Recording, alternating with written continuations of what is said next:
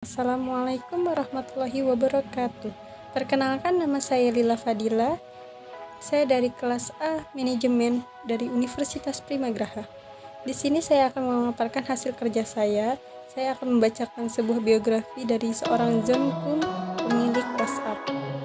Langsung saja kita mulai. Kehidupan sejak kecil. John Kuhn lahir pada 24 Februari 1976 di daerah bernama Fastiv bagian Kiev, Ukraina. John Kuhn berasal dari keluarga keturunan Yahudi. Ayah John Kuhn bekerja sebagai manajer konstruksi dan ibunya hanya seorang ibu rumah tangga.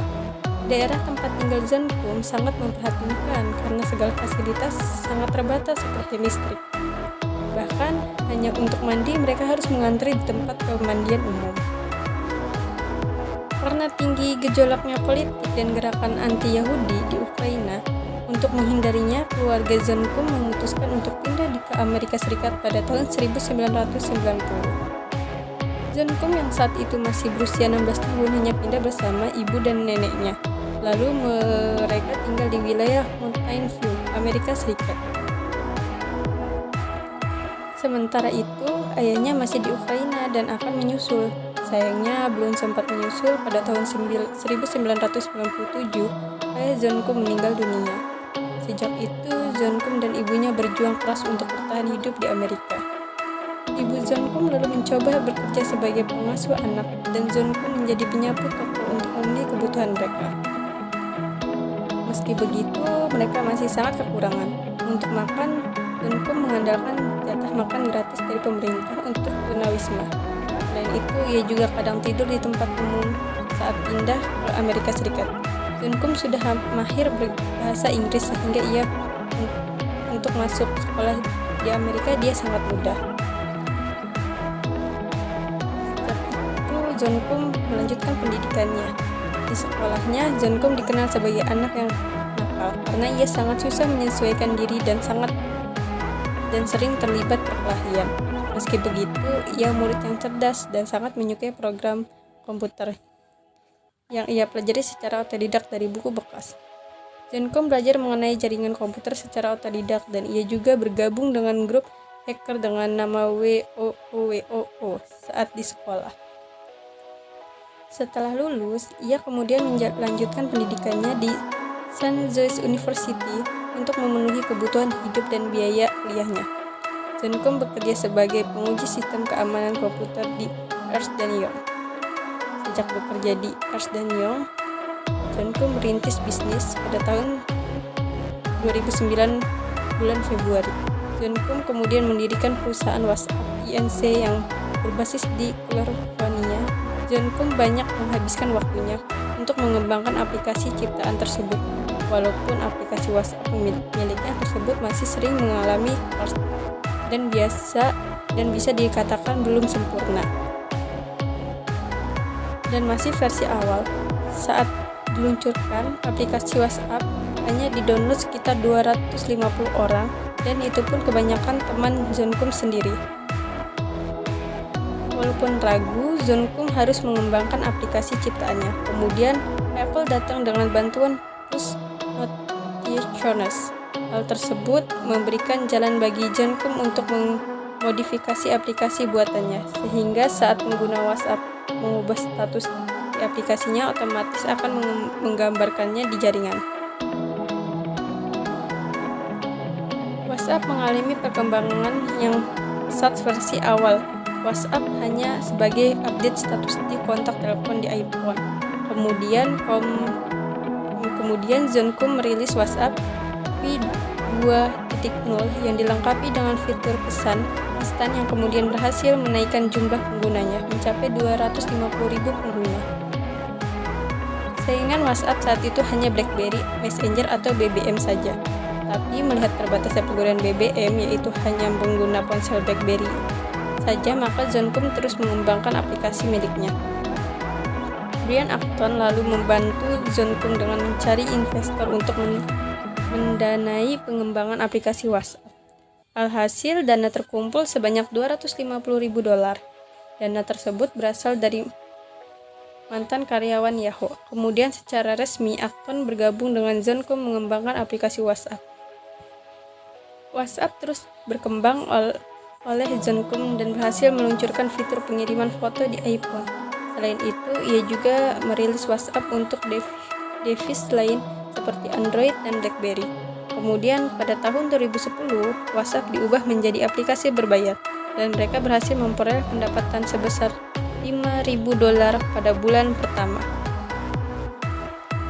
Hal tersebut membuat investor lain berdatangan untuk menanamkan modal di WhatsApp seperti Squee Caption yang menanamkan dana sebesar $8 juta. Memasuki tahun 2011, WhatsApp masuk dalam 20 besar aplikasi populer di Play Store. The Squid Capital kembali menyuntingkan dana sebesar $50 juta ke WhatsApp dan membuat nilai WhatsApp melambung menjadi $1,5 miliar. Hal ini membuat perusahaan Facebook merayu Koom untuk menjual WhatsApp. Namun ditolak. Pada tahun 2013, WhatsApp berhasil memiliki pengguna aktif sekitar 200 juta orang. WhatsApp dibeli oleh Facebook.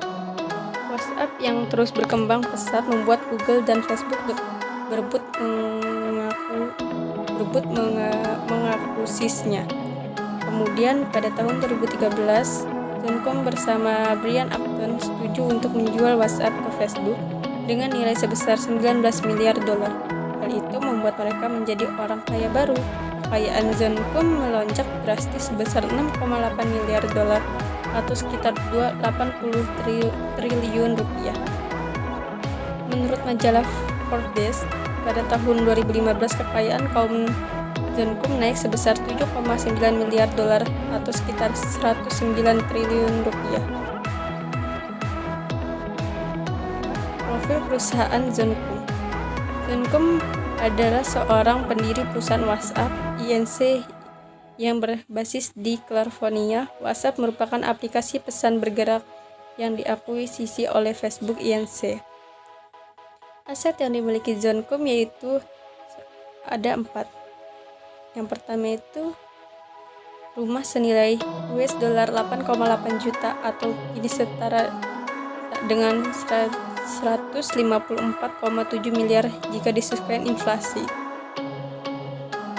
Yang kedua, kekayaan John Koom sebesar $9,8 miliar atau 140,4 triliun. Yang ketiga, John Koom juga disebut-sebut memiliki gudang khusus untuk menyimpan mobil-mobil sport miliknya. Yang keempat, ia juga memiliki paling tidak 2 kapal super yacht, salah satunya sepanjang 55 meter yang berjudul Powerfly. Jika kalian ingin seperti seorang John Koom, kalian juga harus mempunyai karakter yang menjadi teladan. Karakter ini yang menjadi teladan dari seorang John Koom. Yang pertama, 1. Semangat belajar dan berkembang. Yang kedua, pantang menyerah. Yang ketiga, ulet, bertekad dan berjuang keras. Yang keempat, terus bermimpi. Yang kelima, bertanggung jawab. Yang keenam, berpikir secara luas. Saya bisa dapat simpulkan bahwa tidak ada alasan untuk tidak sukses.